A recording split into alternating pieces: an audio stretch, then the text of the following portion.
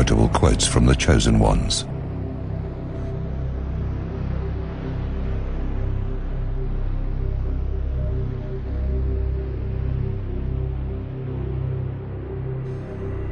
There is a huge gap between us Jews and our enemies, not just in ability, but in morality, culture, sanctity of life, and conscience. They are our neighbors here, but it seems as if at a distance of a few hundred meters away, there are people who do not belong to our continent, to our world, but actually belong to a different galaxy. Israeli President Moshe Katsav, the Jerusalem Post, May the 10th, 2001. The Palestinians are like crocodiles. The more you give them meat, they want more. Ehud Barak, Prime Minister of Israel at the time, August 28, 2000, reported in the Jerusalem Post, August 30, 2000. The Palestinians are beasts, walking on two legs. Menachem Begin, speech to the Knesset, quoted in Amnon Kapeliuk. New Statesman, 25th of June 1982.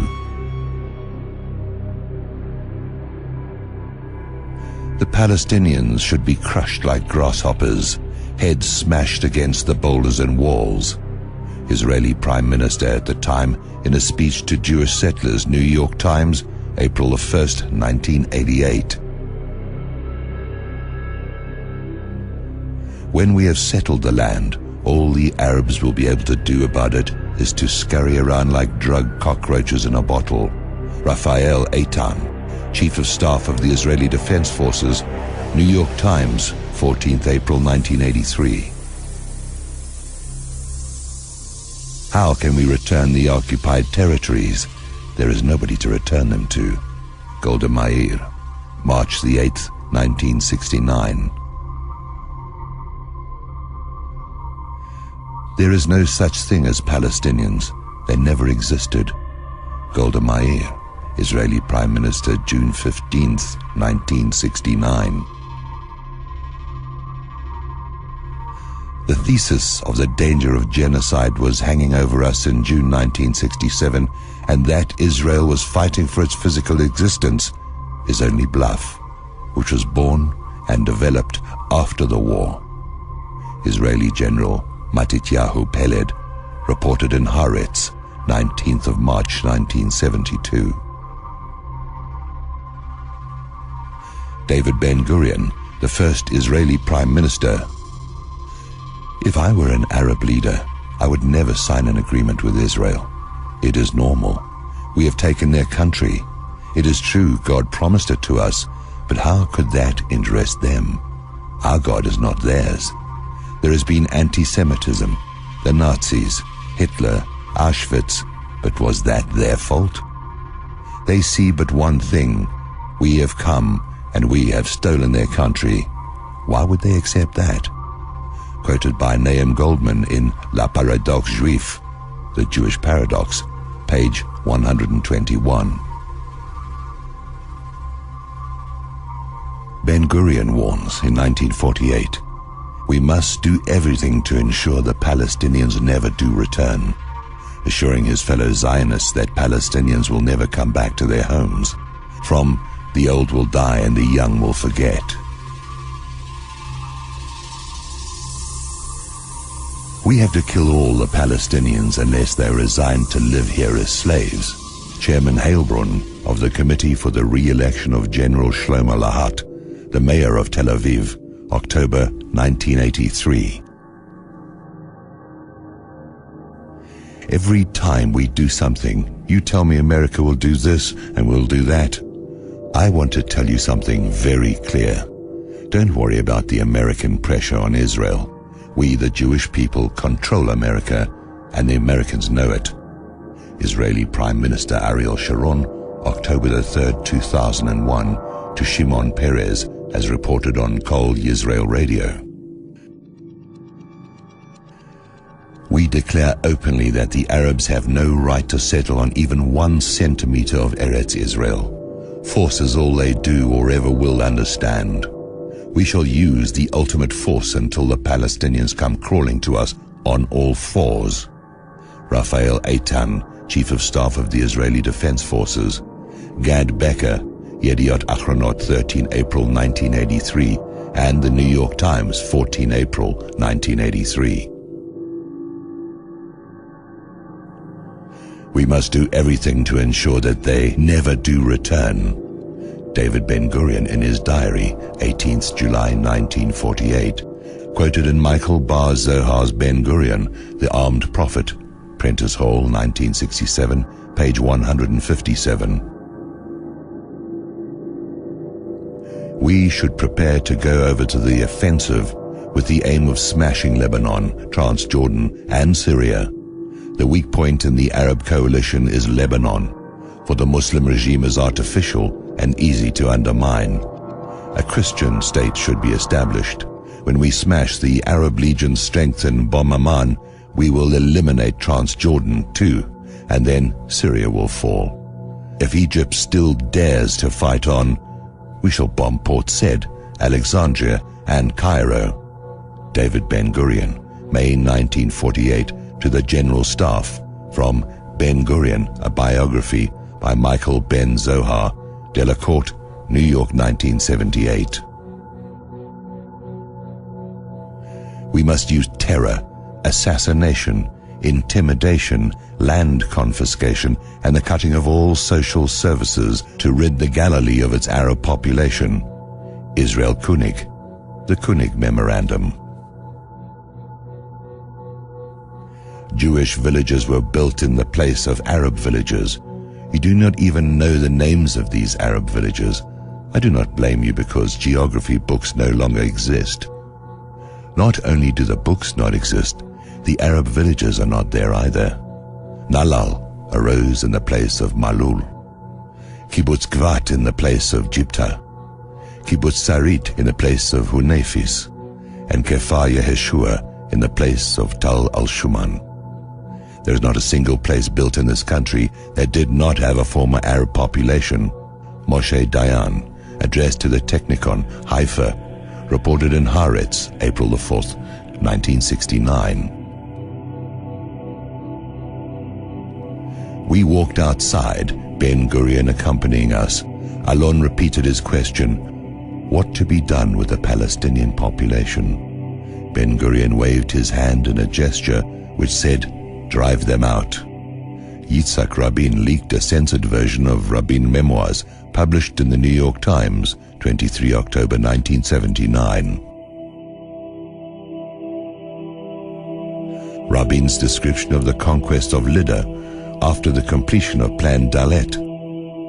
We shall reduce the Arab population to a community of woodcutters and waiters. Yuri Lubrani, PM Ben-Gurion's Special Advisor on Arab Affairs in 1960, from The Arabs in Israel by Sabri Girias.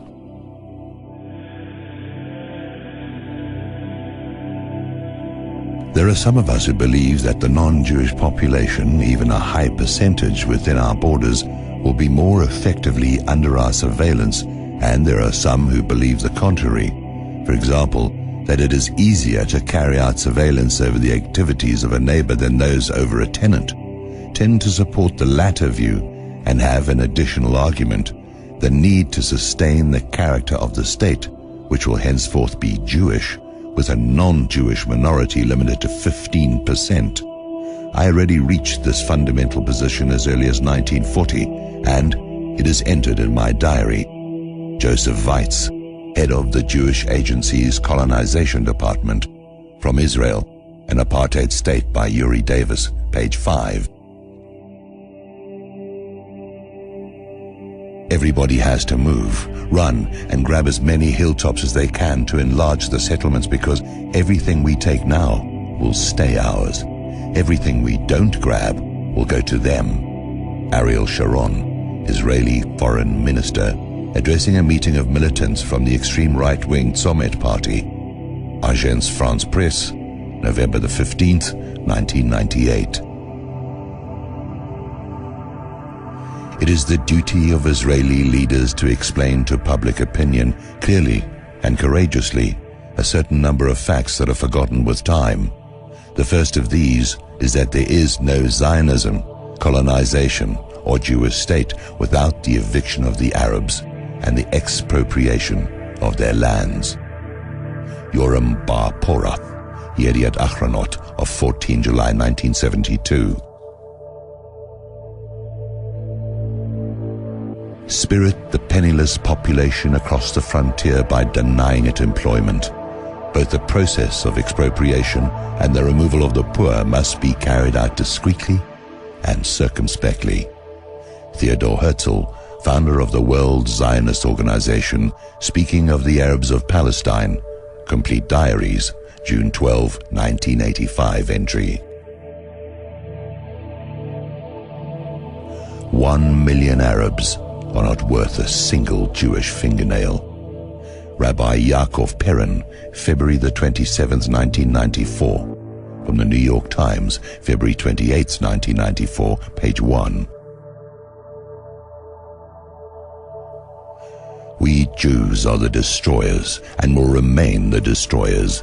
Nothing you can do will meet our demands and needs. We will forever destroy because we want a world of our own. You Gentiles, by Jewish author Maurice Samuels, page 155. We will have a world government whether you like it or not. The only question is whether that government will be achieved by conquest or consent. Jewish banker Paul Warburg, February the 17th, 1950, as he testified before the U.S. Senate. We will establish ourselves in Palestine whether you like it or not. You can hasten our arrival or you can equally retard it. It is, however, better for you to help us so as to avoid our constructive powers that turned into a destructive power which will overthrow the world. Chaim Weizmann, published in Jüdische Rundschau, number 4, 1920. Our race is the master race.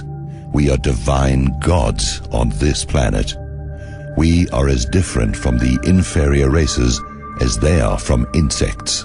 In fact, compared to our race, other races are beasts and animals, cattle at best.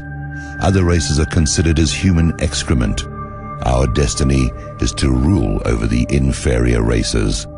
Our earthly kingdom will be ruled by our leader with a rod of iron.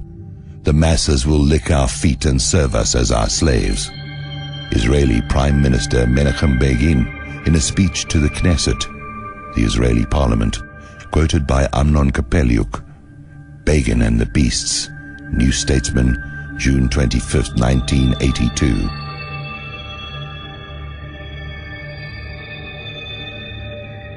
Tell me, do the evil men of this world have a bad time?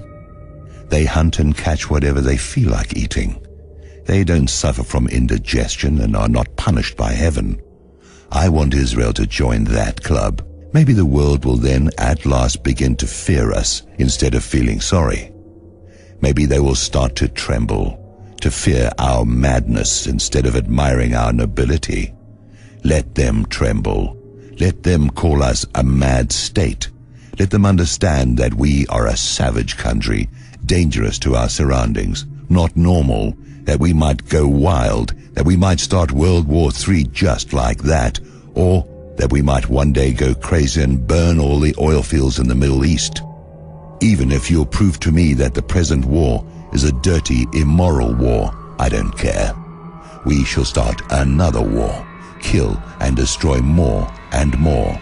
And do you know why it's all worth it? Because it seems that this war has made us more unpopular among the uncivilized world.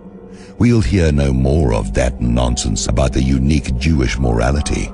No more talk about a unique people being a light upon the nations. No more uniqueness and no more sweetness and light. Good riddance. Former Israeli Prime Minister Ariel Sharon. The modern age is the Jewish age, and the 20th century in particular is the Jewish century. Yuri Slezkin, professor of history at University of California, Berkeley, The Jewish Century, Princeton University Press.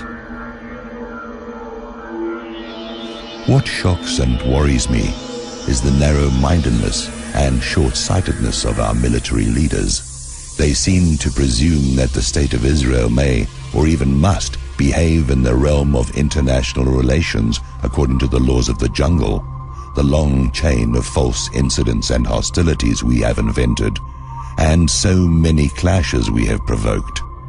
From the diary of Moshe Sharet, former Prime Minister of Israel in Livia Rokash, Israel's Sacred Terrorism, published 1980.